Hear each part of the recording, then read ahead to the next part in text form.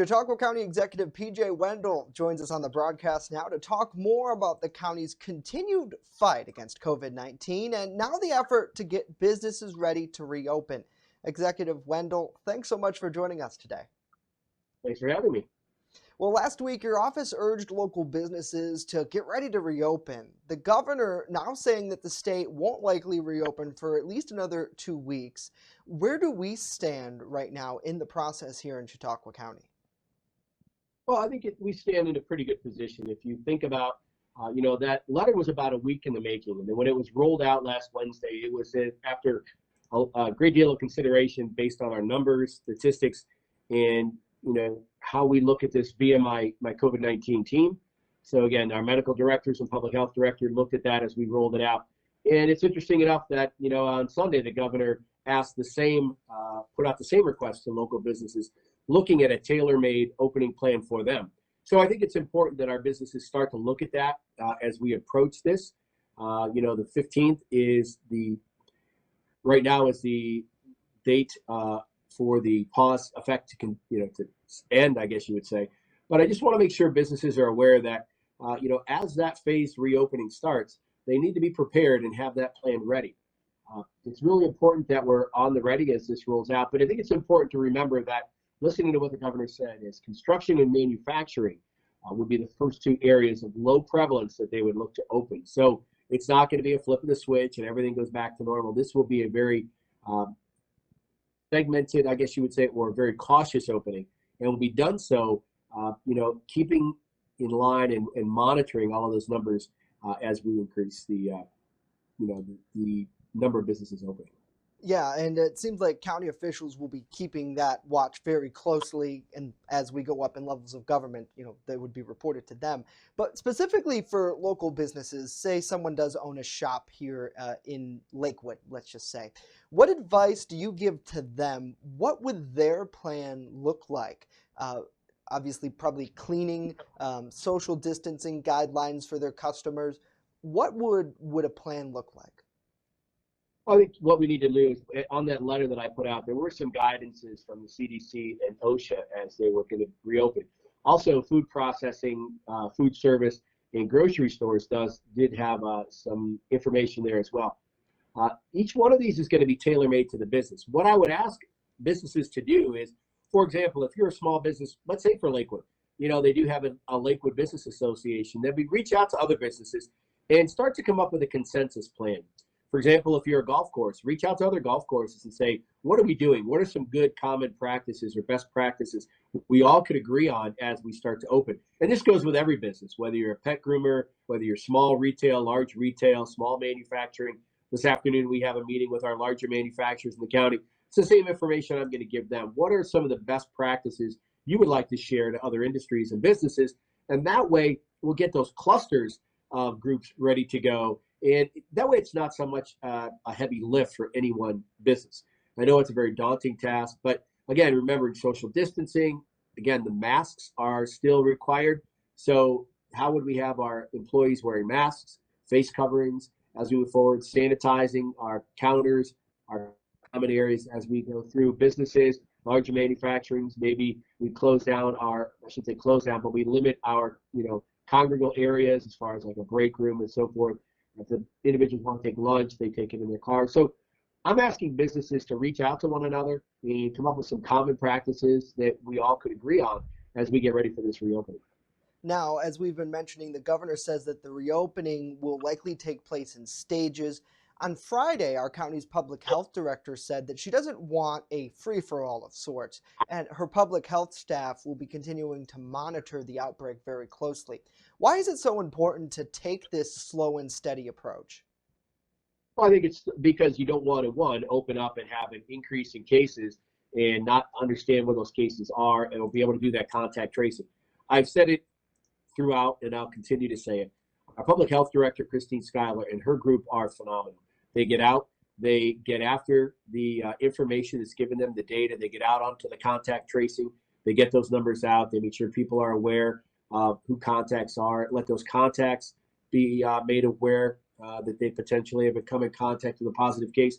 So I reached out and expressed that, my pleasure is in their ability to, get this job done, to really tackle any information that comes out and quell or to put those, kind of put out the small fires, if you will. If there's any cluster or hotspot that comes open, they'll get out and get right to it. I did have a call this morning with Lieutenant Governor Kathy Hochul, and said the same thing to her. She was really pleased to find out that, one, our public health department hasn't been inundated with a lot of cases, so they're at the ready. And Christine Schuyler has a phase 2, how we can employ more individuals from the county that will help in that contact tracing. So this is what they do.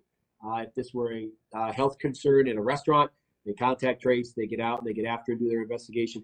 This is no different. They'll be able to do this. And again, at a much larger level, she's got her phase 1 group now and the phase 2 ready to go. So I'm very excited. Also, Lieutenant Governor was very impressed with the ability we have as to we are going to, keep on this as we move forward.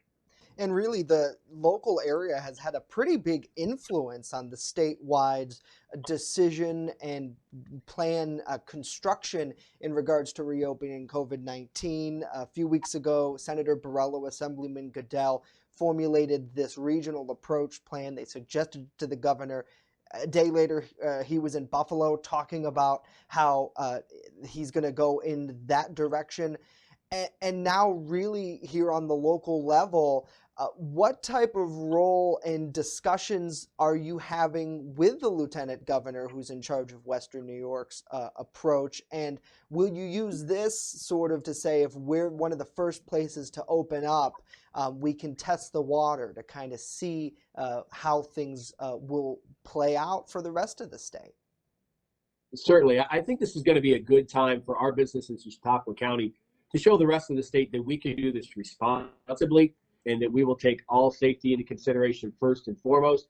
The governor has asked me to, as I've asked the businesses to submit those letters and those plans to review them. I will act as a conduit between the county and her office to get those plans to her, so she will be able to look at the information and the data as they make their decisions. But I really believe that this is going to be a chance for Western New York, Chautauqua County in particular, to show the rest of the state what we're made of.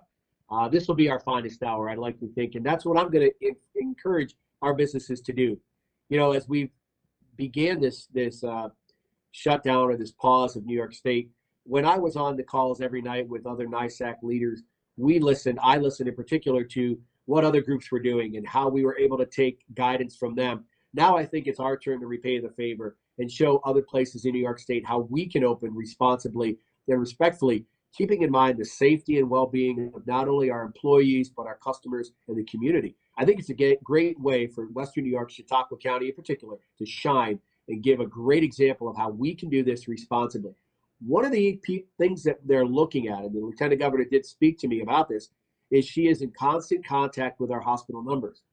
We have not had an admission in a Chautauqua County hospital since April 8th of this year. So we have had our more than 2 weeks right now of no hospital admissions, excuse me. So those are promising for the county. And again, we're ready.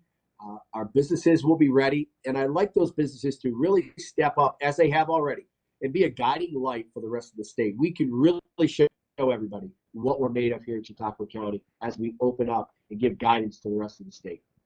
Now, this week, a demonstration, part of a statewide protest, is taking a stand against the governor's New York on pause order. Specifically, many say that they're upset because we've been shut down for so long. Why is it important for a group like this to speak out, but also to continue to respect each other by practicing social distancing and other precautionary measures? Well, I think one of the pieces we have to remember that this is our constitutional right. And I know watching your broadcast last week, those are the positions that they've taken, that they feel it's an infringement of their rights. And, the right to public protest and, meeting is, again, within the Constitution. So our urgence is to maintain social distancing and do the right thing for your neighbors. The Lieutenant Governor asked today, what do you see with the masks and how are people, abiding by it? We know for the large majority of people, they're following the directive, they're following the rules, and they're wearing the mask. But the questions and the positions that some have taken is, I'm doing my part, why aren't you? By not wearing your mask. I'm helping my community, you should be too. So I believe this group, although they're concerned about their rights being, potentially infringed on by the government or the governor per se. I think wearing those masks will show that they're still doing the right thing. They are respecting their neighbors. They are respecting the community and taking those safe practices into consideration. Do you support the protest this Friday? Well, I think it's everybody's right constitutionally. I can't speak. I haven't really sat down and listened to all of their points and what they're protesting, but that's a constitutional right. My ask is that it's done in a peaceful manner and people are respecting one another. We all have difference of opinions here, and I think that's really important.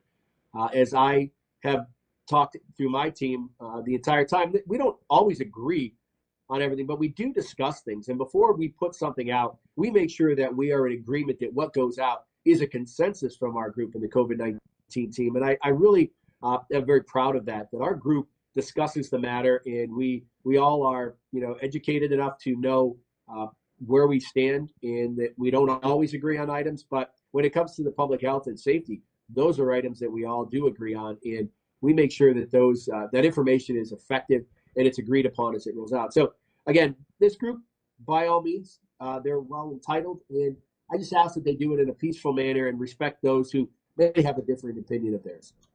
All right, Chautauqua County Executive P.J. Wendel joining us on the broadcast today. Sir, thank you. Finally, there's been talk among the community that life will look a lot different after we enter this normalcy, and I'm going to use that word lightly, when that's restored. What do you think the new normal will look like as people start to come out of self-isolation? And what's your message for families in the county? The message I for everyone is we need to stay the course. Whether you look at us in a myriad of ways, we're almost to the finish line. Maybe if we look at it that way, we'd hate to give up now. We'd hate to give up our efforts right now and see something, push us back a couple of steps. So we want everybody to continue the due diligence that we've been doing right now, wearing your mask when you're out in public. I know it's tough. Families have been very active in their lifestyles. I know my family, we probably would have had practices every night and, juggling between, getting people one place or another for practice. But I think having said that, everyone has really done a great job of following the guidance, practicing social distancing. And what's the new normal?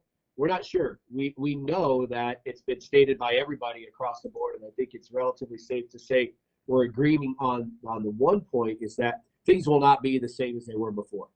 For a while, there will be a lot of mask and facial coverings. There will be a lot more glove wearing. Businesses, restaurants in particular, are allowed to open. There will be extreme, not extreme, but at least 6 feet between the tables. We may be at half capacity. I'm not sure what those guidances will be, but I think those things we need to look at and we need to be aware.